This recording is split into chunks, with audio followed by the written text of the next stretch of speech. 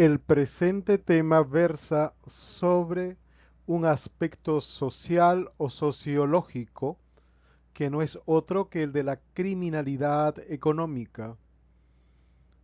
que incluye consideraciones sobre el delito de cuello blanco y la evolución de dicho fenómeno criminal. Este tema ha sido dividido en dos partes con fines exclusivamente de alcanzar una mayor síntesis y no prolongar en exceso el número de diapositivas en una sola presentación. Cuando se habla del problema o tema de la criminalidad económica, un sector de la doctrina ha destacado que no ha recibido por parte de la comunidad científica una atención lo suficientemente exhaustiva y detallada, a lo que se suma que la legislación penal económica no cumple las funciones que se le atribuyen formalmente, de tal manera que tiene un carácter más simbólico que efectivo, es decir, de aplicación real y concreta, aunque ello obedece ciertamente a un conjunto de elementos o fenómenos que no son estrictamente jurídicos, pero que indudablemente afectan la aplicación de la norma legal. Hay un autor, Gabriel Bombini, que ha destacado que la materia de la criminalidad económica puede ser enfocado desde el punto de vista criminológico, es decir, desde un punto de vista de la ciencia social, como también desde un punto de vista político-criminal, es decir, desde el Estado, la política del Estado, que implica en consecuencia una visión más política que científico-sociológica, pero indudablemente ambas pueden confluir a los fines de alcanzar un estudio interdisciplinario y seguramente mucho más rendidor que si se hace desde un solo punto de vista. Cuando se habla de criminalidad económica, se habla de un fenómeno sociodelictivo de amplio espectro que supone e implica una complejidad que deriva de la concurrencia de multiplicidad de factores cuya interrelación no resulta fácil de determinar y que mucho menos pueden ser reducidos a una relación unidireccional o monocausal. Las dificultades se incrementan a la hora de fundamentarse en concepciones epistemológicas que pueden ser de distinta naturaleza y que por supuesto contribuyen de un modo decisivo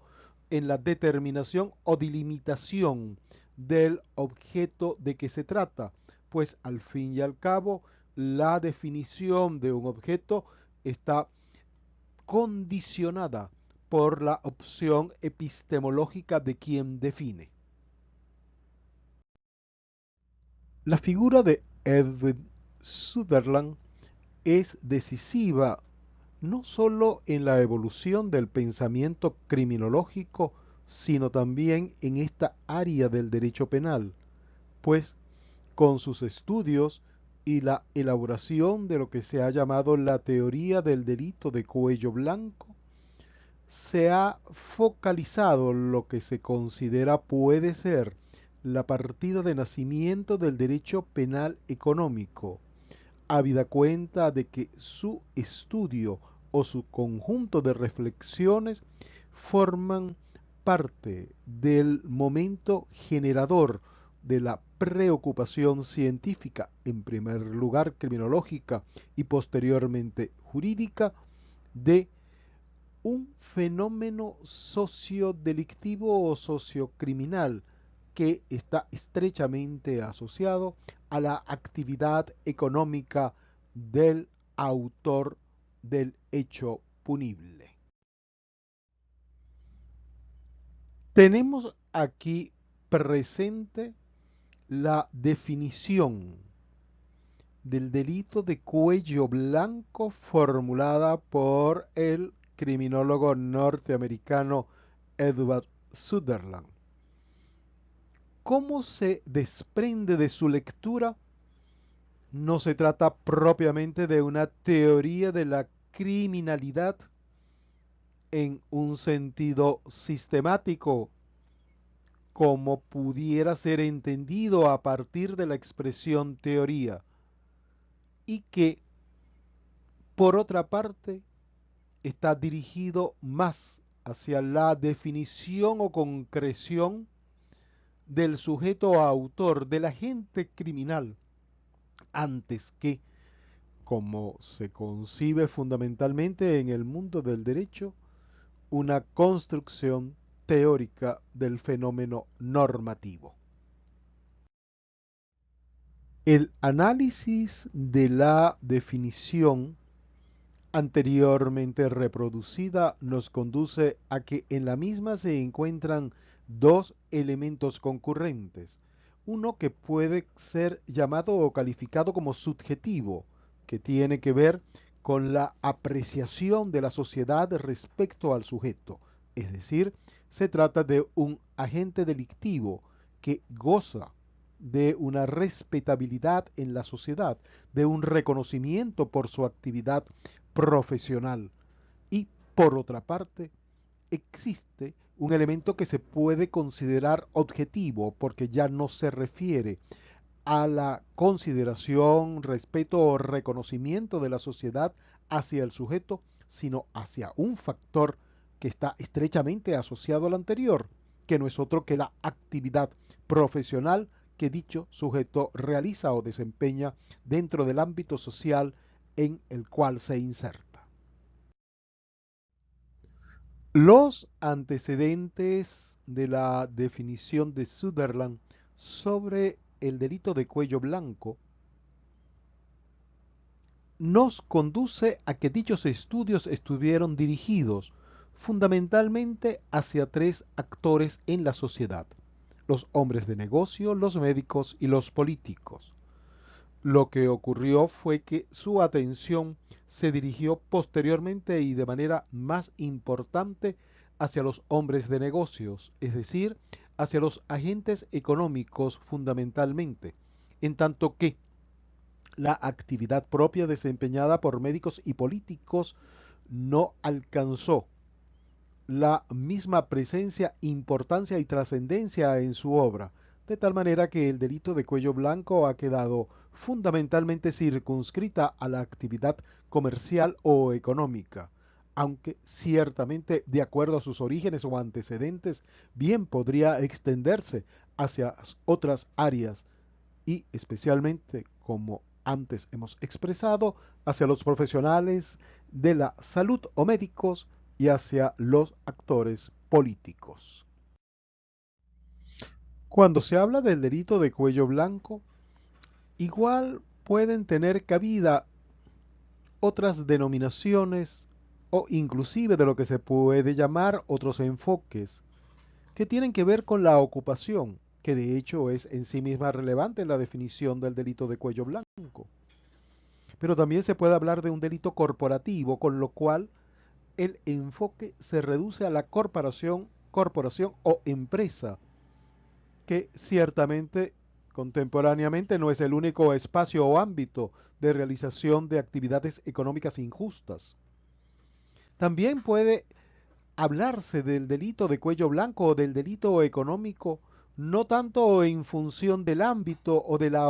ocupación del sujeto, sino del medio que utiliza. Y, por supuesto, también se asocia a las posiciones de poder, particularmente en la criminología crítica, donde se habla de los delitos de los poderosos, que ello podría perfectamente relacionarse con los primeros estudios realizados por Sutherland y no desarrollados cuando se asocia a la figura y actuación de los políticos como exponentes también de delincuentes de cuello blanco. La definición de delito de cuello blanco, cuando se hace desde la perspectiva del derecho y no desde la perspectiva criminológica o social, resulta prácticamente inseparable de la referencia al bien jurídico, elemento que será igualmente enfocado en temas sucesivos. Es así que se puede hablar de una definición de delito económico en un sentido restringido y en un sentido amplio. ¿Cuál es la propuesta de Klaus Tiedemann? Que se encuentran reproducidas en la pantalla o diapositiva que se acompaña. El delito de cuello blanco también puede ser referido como un atentado a la propiedad, con lo cual indudablemente queda reducido a una actuación delictiva que es ofensiva a lo que puede considerarse un bien jurídico tradicional. Pero no es este el único enfoque posible, pues también puede ampliarse cuando se trata de un bien jurídico transpersonal y así, por ejemplo, el delito de cuello blanco puede ser relacionado con un bien jurídico tal como el ambiente. Vemos así un amplio espectro que transcurre entre un bien jurídico estrictamente individual, como la propiedad, y un bien jurídico universal, como es el medio ambiente. Las concepciones y definiciones de delito de cuello blanco pueden ser en consecuencia también categorizadas en función o en razón de su mayor o menor acercamiento hacia uno de estos dos marcos. Contemporáneamente, el delito de cuello blanco se asocia a un fenómeno criminal de amplio alcance, cual es el de la delincuencia organizada, de tal manera de que en vez de limitar o de restringir el delito de cuello blanco única y exclusivamente a empresarios o políticos, también hoy en día no puede desconocerse la importancia y la presencia de la delincuencia organizada y cómo en ella también pueden ocurrir fenómenos delictivos que pueden ser asociados a lo que se conoce como delito de cuello blanco. Otro elemento a tomar en consideración tiene que ver con las dificultades o elementos críticos en que se encuentra la investigación en materia de delitos de cuello blanco, habida cuenta de las dificultades que pueden decirse no solo de carácter estrictamente técnico o científico, sino igualmente los elementos de carácter social, habida cuenta que es un delito de poderosos que dificultan la investigación criminal y, por el otro lado, desde el punto de vista científico, dada la complejidad y muchas veces el elevado carácter técnico de los delitos de cuello blanco hacen también críticas o difíciles los procesos investigativos y definitorios o teóricos conceptuales en esta materia. Investigar en materia de criminalidad económica y de delitos de cuello blanco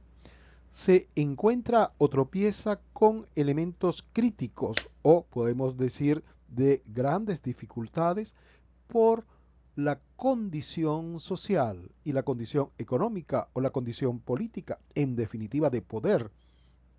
que rodea este tipo de actividad criminal. Por supuesto, también esto pudiera ser extendido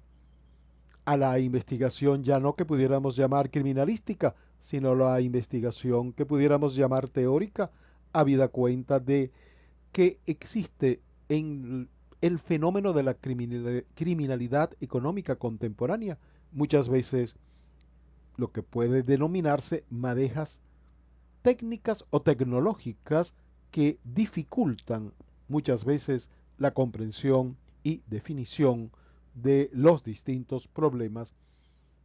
que ocurren en el escenario del mundo del delito de cuello blanco.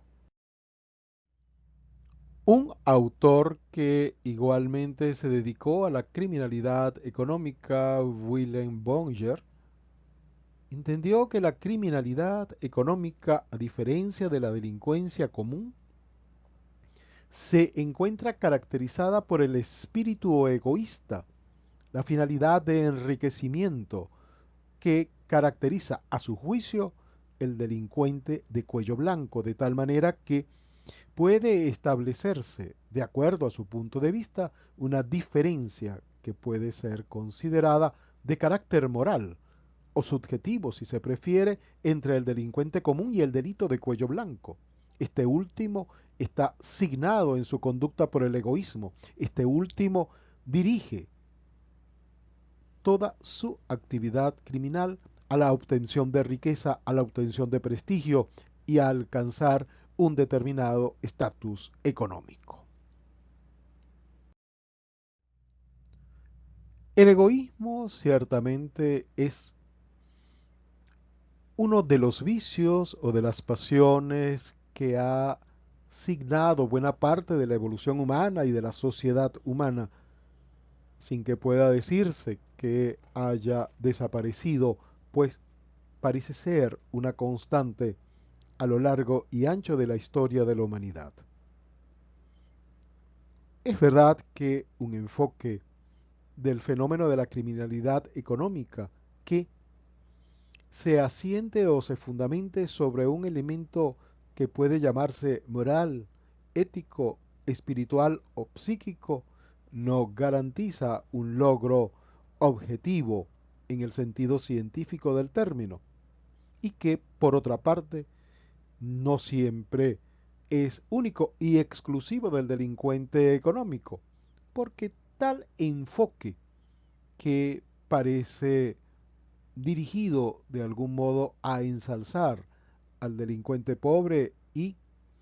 a considerar al delincuente rico, si vale la expresión, en función de la mayor o menor presencia de determinados sentimientos nobles o innobles, no parece ser el camino más acertado a los fines de establecer un enfoque lo más científico posible de este complejo fenómeno de la criminalidad económica. Otro, otro antecedente relacionado con la teoría del delito de cuello blanco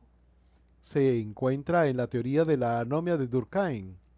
y cómo este desarrollo teórico influyó posteriormente también en la criminología norteamericana y dio origen a la teoría de la asociación diferencial, que fue un elemento importante en la elaboración de la teoría criminológica de Sutherland. Sin entrar en mayores consideraciones de las teorías criminológicas que sirvieron de antecedente y que de algún modo constituyen el andamiaje de la teoría del delito de cuello blanco, pues, y que en este curso tiene fundamentalmente un carácter referencial por no ser un curso de criminología, sino de derecho penal. No puede eludirse la importancia de la teoría de la asociación diferencial, según la cual el comportamiento o la conducta criminal nace de la interacción humana y da lugar a un proceso de aprendizaje, es decir, el delito, al igual que otros saberes, si vale la expresión, se aprenden.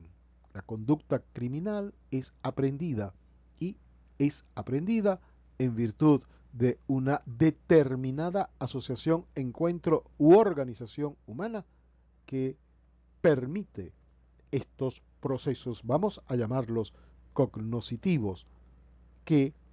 se enmarcan y se definen como el comportamiento delictivo o criminal.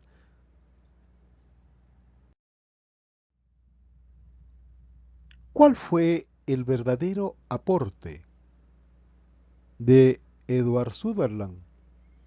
dentro del pensamiento criminológico y como antecedente de la elaboración jurídica en materia de delincuencia económica?